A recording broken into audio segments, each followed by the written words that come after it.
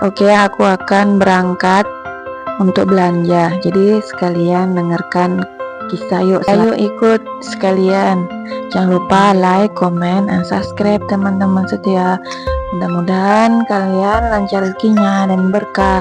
Udah, selagi aku mau pergi beli sayur dan bakso, aku mau mengajak kalian cerita tentang kisah Rabi'ah Al-Adawiyah. Nggak apa-apa kan sekalian kita jalan-jalan dan dengarkan kisah sahabiat terdahulu. Rabi'ah Al-Adawiyah. Lihatlah Rabi'ah Al-Adawiyah tidak mungkin menggantikan namanya dari lembaran sejarah. Seorang wanita akan dihargai bila pertama dari keluarga terhormat, kedua berwajah cantik, tiga kekayaan, empat berketurunan. Bila seseorang wanita bukan dari keluarga terhormat akan turun nilainya. Bila tidak cantik akan lebih jauh lagi nilainya. Lalu tidak berharta akan lebih rendah nilainya. Dan bila mandul tidak akan ada lelaki yang mau padanya. Tetapi sungguh mengherankan, tidak satupun kelebihan ini ada padanya. Dan kisahnya selalu dibicarakan di mana-mana sejak ratusan tahun lamanya.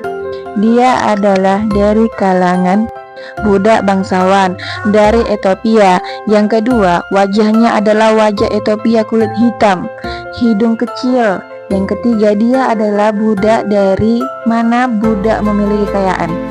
Yang keempat, dia mandul, suaminya meninggal di waktu muda. Menjanda sejak usia muda. Kebiasaannya mandi lalu mengganti pakaian, kemudian mendatangi suami. Dia bertanya, apakah aku diperlukan? Bila suaminya mengatakan tidak, maka dia akan ke tempat sholatnya semalaman di sana. Dan tatkala suaminya telah meninggal, Syekh Hasan Basri yang begitu tampan, alim, ahli hadis, ahli tafsir, mujahid, dan masih sangat banyak gelar yang layak beliau sandang. Beliau datang sendiri untuk meminang, bukan mengirim utusan. Beliau utarakan keinginan beliau untuk menikahinya. Rabi'ah menjawab, jawablah 4 pertanyaanku, baru aku mau menikah. Apa itu? Kata Hasan Basri. Apakah aku ahli surga atau ahli neraka? Kata Rabi'ah. Hasan Basri rahmatullahi berkata, aku tidak bisa menjawab. Tatkala catatan amal dibagikan, ada yang menerima dengan tangan kanan, ada yang dengan tangan kiri. Dengan mana aku akan menerima catatan amalku? Kata Rabi'ah Al-Adawiyah. Hasan Basri rahmatullahi berkata, aku tidak bisa mengatakan apa-apa. Saat amalku ditimbang, apakah kebaikanku lebih banyak ataukah dosaku yang lebih banyak? Kata Rabi'ah Al-Adawiyah. Hasan Basri rahmatullahi berkata, aku tidak tahu.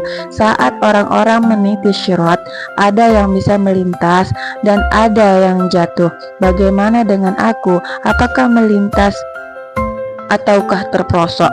Hasan Basri rahmatullahi berkata, aku tidak tahu. Lalu Rabi'ah membuat keputusan, kalau begitu biarkan aku membuat persiapan untuk yang keempat itu.